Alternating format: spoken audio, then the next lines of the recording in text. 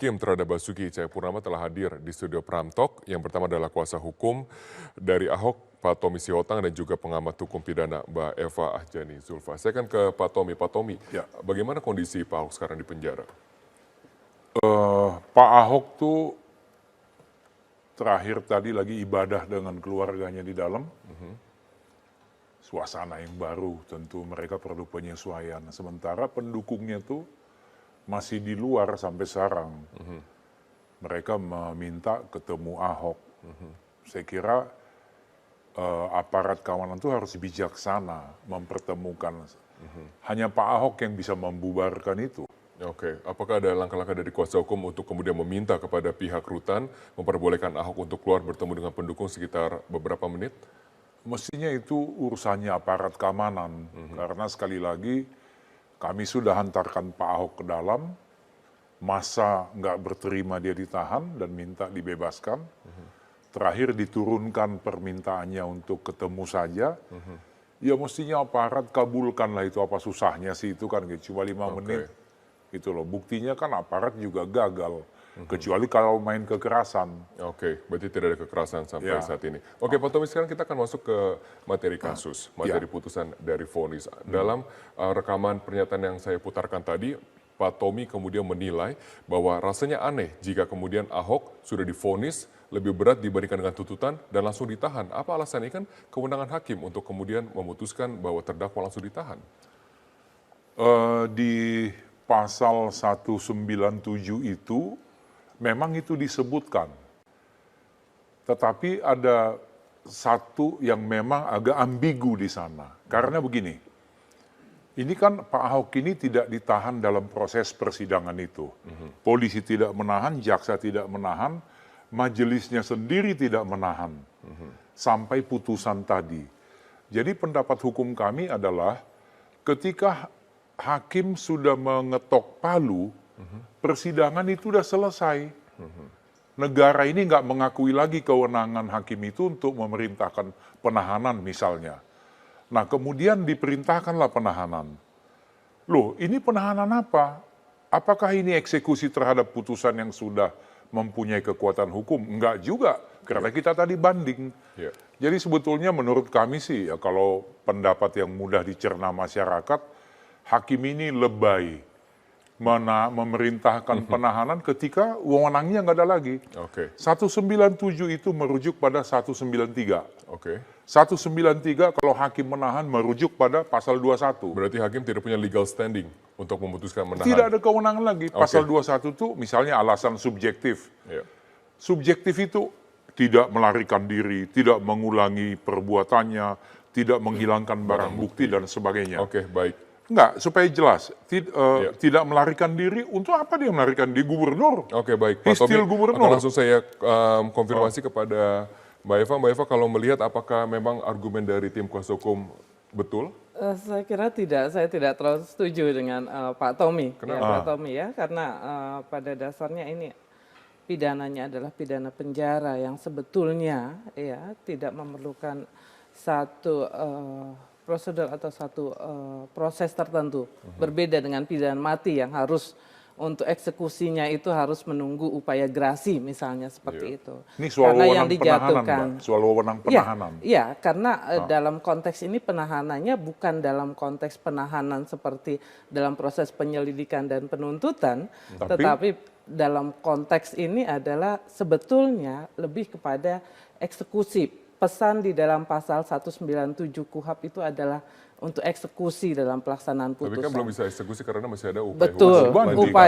upaya hukum sudah ada, tetapi proses pembuktian kan sudah berjalan. Yang diperiksa di dalam proses banding atau proses kasasi adalah kepada yudek jurisnya, kepada penerapan hukumnya. Ya, bukan lagi kepada fakta. Saya kira ya dalam konteks ini kita harus melihat harus melihat akan berbeda ya perintah hakim dalam konteks penahanan dalam konteks penahanan dibanding dengan konkret, saya kira itu. Jadi coba lebih konkret supaya nggak ngambang begitu gitu loh. Secara teoritis memang tidak ada halangan untuk kemudian melakukan eksekusi. Ada tadi saya udah katakan pasal 197 itu Dia mestinya Mbak yang elok tuh begini, di tengah jalan persidangan, kalau mau benar Mbak ya, kita lepaskan dulu semua kutil-kutil kalau ada di kepala kita Mbak. Kalau di tengah jalan dia lakukan penahanan, fine. Nanti di akhir putusan dia tinggal bilang, tetap menahan terdakwa. Nah kalau sekarang ditetapkan pada waktu dia sudah putus palu, dia sudah nggak ada wewenangnya. 197 huruf K tidak mengatakan seperti itu, Pak. Memang tidak ada kata-kata memutus palu, tidak ada. Betul, bukan maksud saya bahwa kemudian tidak ada halangan hakim untuk mengatakan terdakwa tetap dalam tahanan atau terdakwa ditahan. Tetap dalam tahanan kalau dia sudah ditahan. Itu mesti yang dilakukan. Bukan, tetapi saya kira bahwa hakim memerintahkan untuk menahan dalam konteks bahwa akan ada upaya banding atau kasasi. Saya katakan tadi bahwa vonisnya sudah jatuh. Putusan pidana penjara sudah jatuh. Tinggal masalahnya adalah masalah eksekusinya kapan. Nggak ada eksekusi Mbak, ini belum inkrah van Hewisle ini. Betul. Lalu apa yang dieksekusi? Kak, biar konkret aja. Lalu apa yang dieksekusi? Saya katakan bahwa hakim sudah menjatuhkan vonis. Iya Mbak, kita dengar.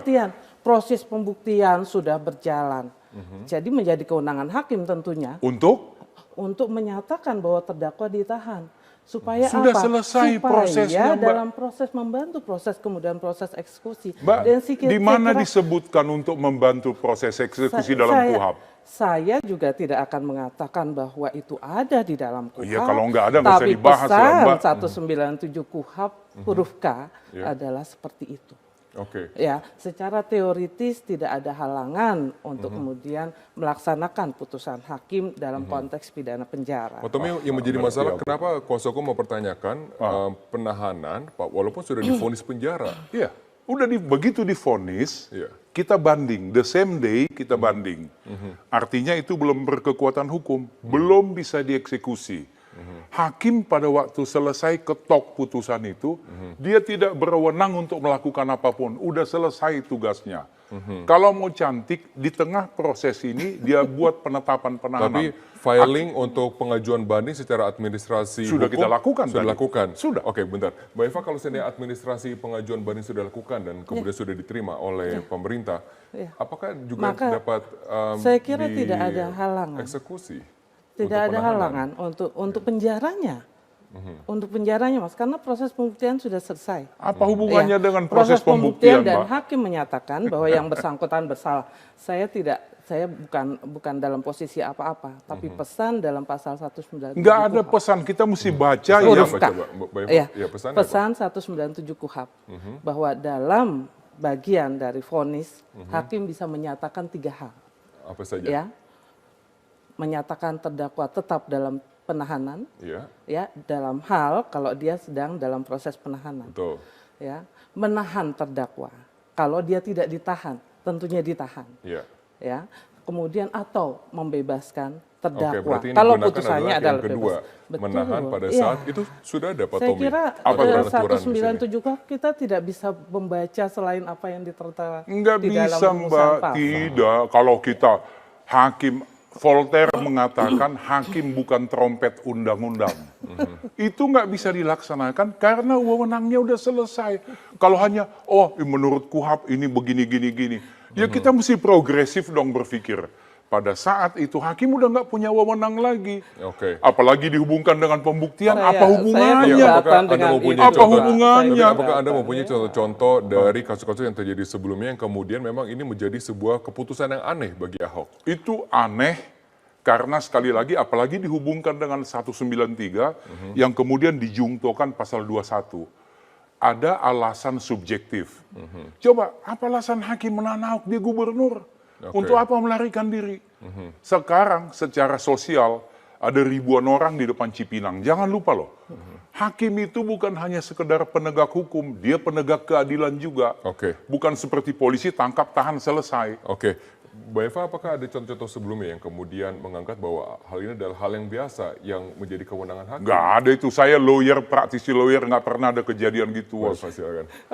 Saya kira kita punya banyak sekali contoh.